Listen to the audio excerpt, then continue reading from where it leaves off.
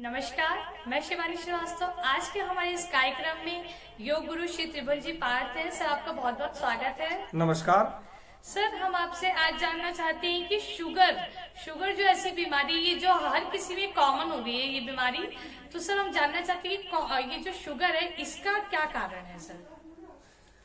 ये बहुत ही आवश्यक प्रश्न भी है और बहुत इम्पोर्टेंट तथ्य है। इसको जानना बहुत जरूरी है कि आखिर इसका कारण क्या है। किसी भी बीमारी का कारण है और फिर उसका निवारण है, तो कारण जानना जरूरी है कि आखिर इस शुगर का कारण क्या है। सबसे पहली बात कि शुगर जैसी भयंकर जो बीमारी हो रही है, आज नौजवानों को सबसे ज्यादा हो रही है, बुजुर्गों की तो बात ही छोड़े। तो कारण क्या है कि गलत टेंशन ले रहे हैं, आवश्यकता से ज्यादा टेंशन ले रहे हैं। तो गलत टेंशन और गलत खान पान। आज बाहर का खाना हर व्यक्ति ज्यादा ही खा रहा है, घर का खाना कम खा रहे हैं। घर का स्वादिष्ट और पौष्टिक खाना खाना बहुत आवश्यक है, जिससे हमारा सेहत बेहतर रहे। तीसरा कारण ये है गलत लाइफ स्टाइल। हम सोने और जगने का हमारे पास कोई नियम नहीं है। कई लोग तो 12 बजे तक खाना खाते हैं, रात में 12 बजे, जबकि एक सिद्धांत है कि भगवान महावीर ने इस सिद्धांत को जैन धर्म में लागू किया कि सूर्यास्त के बाद खाना नहीं खाना चाहिए। सनातन धर्म सिद्धांत का यह पौराणिक सिद्धांत है कि अगर आप 6 बजे तक खाना खा लेते हैं तो 4 रोटी खाते हैं तो 4 रोटी खाइए। 6 से 7 के बीच में खाना खाते हैं तब आप 4 रोटी खाते हैं तो 3 रोटी खाएं। 7 से 8 के बीच में खाना खाते हैं तब आप 4 रोटी खाते हैं तो 2 रोटी खाएं। 8 से 9 के बीच में अगर खाना खाते हैं रात्रि में तो 4 रोटी खाते हैं तो 1 रोटी खाएं। और 9 से 10 के बीच में अगर खाना खाते हैं तो आप बल्कि न खाएं और दूध पी करके ही सो जाएं। ये एक सिद्धांत है, क्योंकि सूरज की रोशनी से हमारा पाचन तंत्र का बहुत ही गहरा संबंध है। इसको समझना होगा। पाचन तंत्र हमारा सूरज की रोशनी से, उष्णता से बड़ा संबंधित है, बड़ा उस पर प्रभाव है।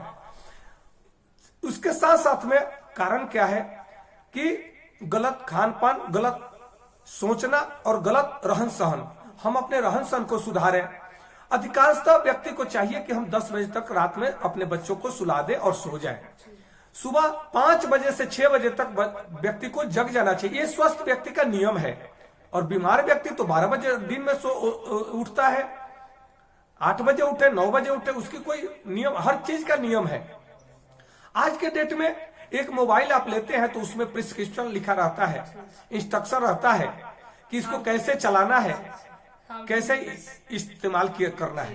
परंतु यह अनमोल जीवन का, अनमोल मन का हमारे पास इतना बढ़िया हमारे ऋषि मुनियों ने पवित्र वेदों, उपनिषदों और श्रेष्ठ शास्त्रों के माध्यम से हमें उपाय बताया है, इंस्ट्रक्शन दिया है कि इसको कैसे इस्तेमाल करना है, ताकि यह 100 वर्षों से ज्यादा स्वस्थ जीवन जीने का तरीका बताया है। हम इस पर ध्यान नहीं देते हैं। इसके कारण ही हमारे को अनेकों प्रकार की बीमारियां लग रही है।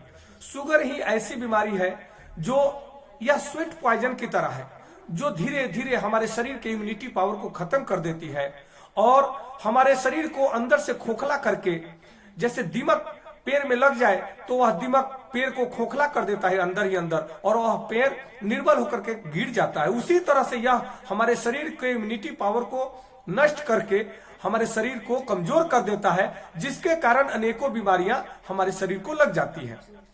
इसलिए शुगर को से बचने के लिए, शुगर को नियंत्रित करने के लिए सबसे बेहतर उपाय है प्रतिदिन योग करें।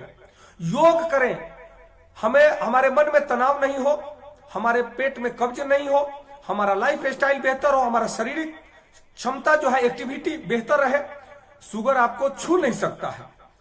सबसे बड़ी चीज है कि हम प्रतिदिन योग करें, प्राणायाम करें, एक्सरसाइज करें, कम से कम 1000 कदम दौड़ें, जॉगिंग करें और जंप करें। अगर पार्क में नहीं जाते तो घर पे जॉगिंग कीजिए, 1000 कदम गिनती करके करें। हम प्रतिदिन करते हैं और इसका प्रभाव है कि आपका 40% शुगर और कोलेस्ट्रॉल अपने आप डाउन हो जाता है केवल जॉगिंग करने से।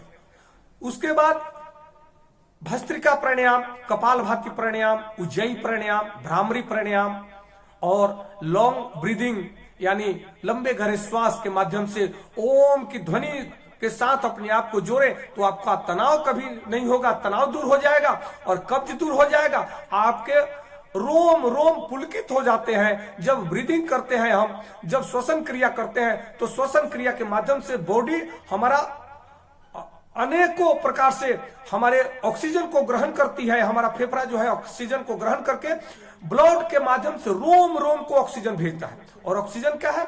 Oxygen is power. ऑक्सीजन प्राण शक्ति है, ऑक्सीजन ऊर्जा शक्ति है और ऊर्जा की कमी के कारण ही मृत्यु होती है।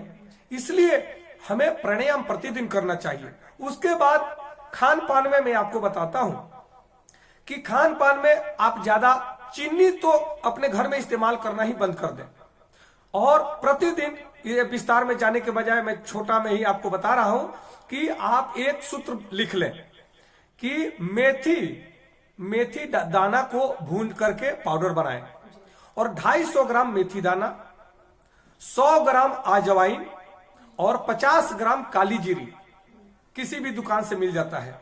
इसको थोड़ा थोड़ा भून करके उसको पाउडर बना लें और पाउडर बना करके 1 चम्मच रात को सोते समय, सुबह खाने से पहले, ब्रश करने के बाद गुनगुना पानी से आप खाएं तो आप पाएंगे कि आपका शुगर के साथ साथ में कोलेस्ट्रॉल के साथ साथ में आपका पाचन तंत्र को ठीक करता है, ज्वाइंट पेन को ठीक करता है, बवासीर को ठीक करता है, अनेकों प्रकार की बीमारियों को ठीक करता है, रक्त शोधन करता है, एलर्जी को खत्म करता है। इसमें अनंत शक्तियां हैं। यह एक छोटा सा नुस्खा इतना सुंदर है और बड़े बड़े वैद्यों के द्वारा बताया गया है, बड़े बड़े वैद्यक शास्त्रों में लिखा गया है कि इस विधि को अपनाएं और इसका मात्रा का जरूर ध्यान रखें।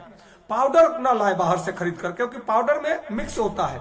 आप अपने घर पे साबुत खरीद कर लाए मेथी, अजवाइन और काली जीरी और उसका पाउडर बना करके आप उसका इस्तेमाल करें। नमस्कार, धन्यवाद। सर आपका बहुत बहुत धन्यवाद। आज हमें बहुत नई नई चीजें जानने को मिली। सर आपका बहुत बहुत धन्यवाद। नमस्कार। धन्यवाद।